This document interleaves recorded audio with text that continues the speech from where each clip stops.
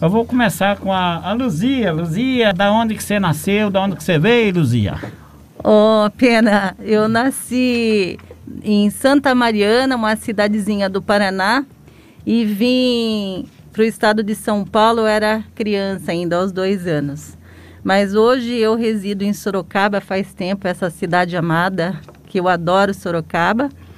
E estou aqui, né, ajudando com a minha prestação de serviço, né, que é um escritório que presta assessoria contábil à cidade de Sorocaba. Conferência Assessoria Contábil em Sorocaba. Muito bom. E você, Marcel Barbosa? Eu sou natural mesmo aqui de Sorocaba, sorocabano nato. Minha família é do interior também, interior de Com, né? Cidade de Com, Laranjal Paulista aí. Mas eu sou nascido e criado aqui, né? Fiz faculdade na Faculdade de Direito de Itu. E agora a gente presta serviço aqui para não só a cidade, né, daqui da região, mas como hoje em dia a gente está muito...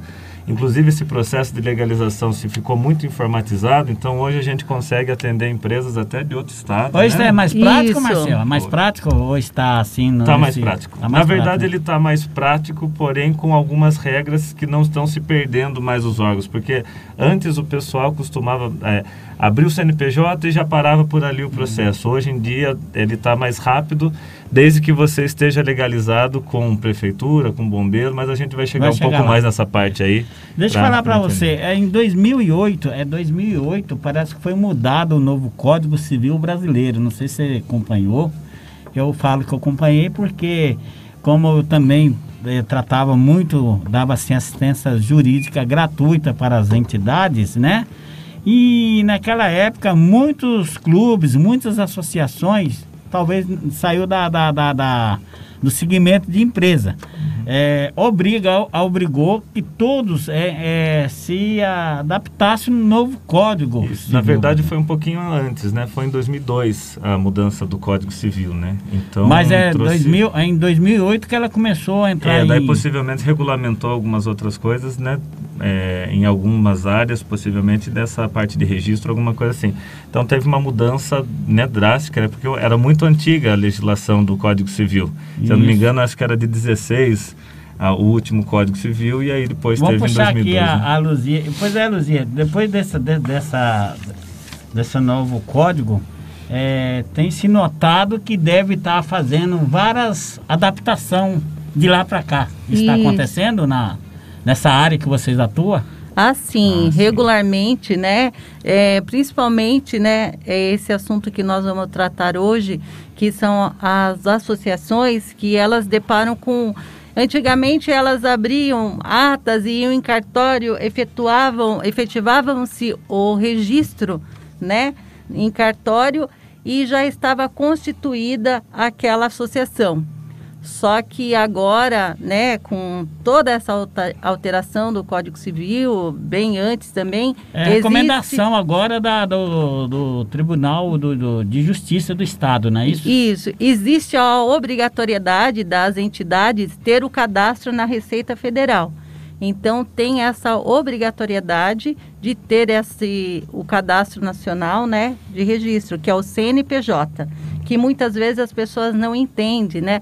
Mas antes não podia, só que hoje tem... não precisava. Eu vou pegar um gancho dessa fala sua. Hoje existe, né? O pessoal fala, hoje um CNPJ é muito fácil, tem aquele individual. Eu gostaria, não sei qual dos dois, mas gostaria que vocês falassem um pouco da diferença do CNPJ individual, né? Que é desse pessoal que presta serviço, do jurídico. Sim, na verdade é mais aqui na parte societária mesmo comigo.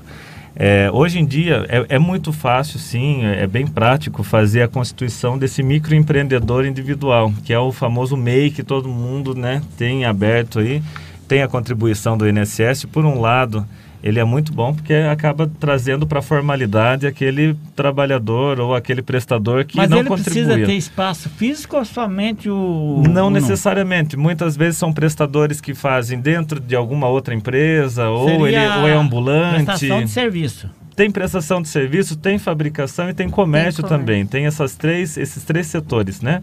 É claro que se for uma fabricação, uma empresa, uma serralheria que pode ter uma poluição sonora, de repente, uma poluição de resíduos, ela vai precisar procurar... Tem um regulamento, né? Isso. É expedido um alvará provisório, né? Para que ele já comece trabalhando e dentro desse período, até expirar o alvará provisório, ele procura se regularizar junto à Secretaria do Meio Ambiente ou à CETESB, se for o caso, dependendo da atividade dele. Então, o microempreendedor... É tudo feito por um portal e sai realmente o CNPJ dentro de 2 dias e tem aí esse alvará provisório para que ele comece a trabalhar. Isso não se estende às associações e às entidades sem fins lucrativos, porque é um outro tipo, é um outro sistema, inclusive regulamentado em artigos diferentes pela própria legislação societária. Então, não é pelo portal do MEI, quero abrir um clube ou um time, alguma coisa, não tem como ser MEI. São coisas completamente distintas. São diferentes. A associação tem um corpo, são várias pessoas, você sabe, né, que você que faz os estatutos aí tem esse conhecimento técnico também.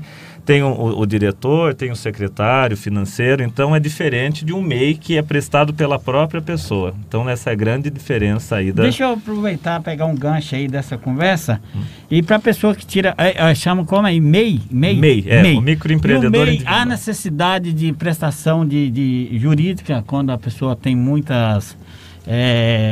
entradas, faturamento? Muitos faturamentos. Existe, tem que ter também. Tem, né, Luzia? Essa parte contábil, essa parte das declarações. Luzia, então. Na realidade, o MEI, ele tem o livro caixa, né, que lá no próprio portal já tem lá disponível para que mensalmente ele coloque lá suas receitas e suas despesas. E ele tem um faturamento mínimo, né, anual. Ele não pode ultrapassar esse valor, porque senão ele deixa de ser MEI, né? Mas tem a necessidade de prestação de serviço da contabilidade a qual vocês exercem? Hoje, na realidade, o que acontece? O MEI, ele não precisa de um técnico lá para todo mês ter um contador responsável.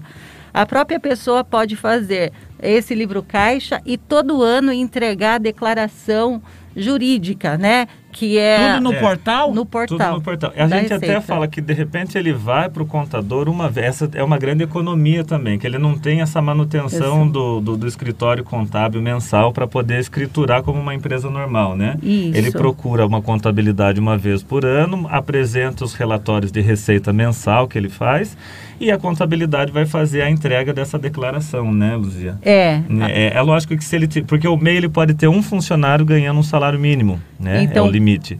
E aí vai precisar de um serviço contábil para apurar essa parte de folha, né? Então aí vai ter o honorário da contabilidade que ele escolher.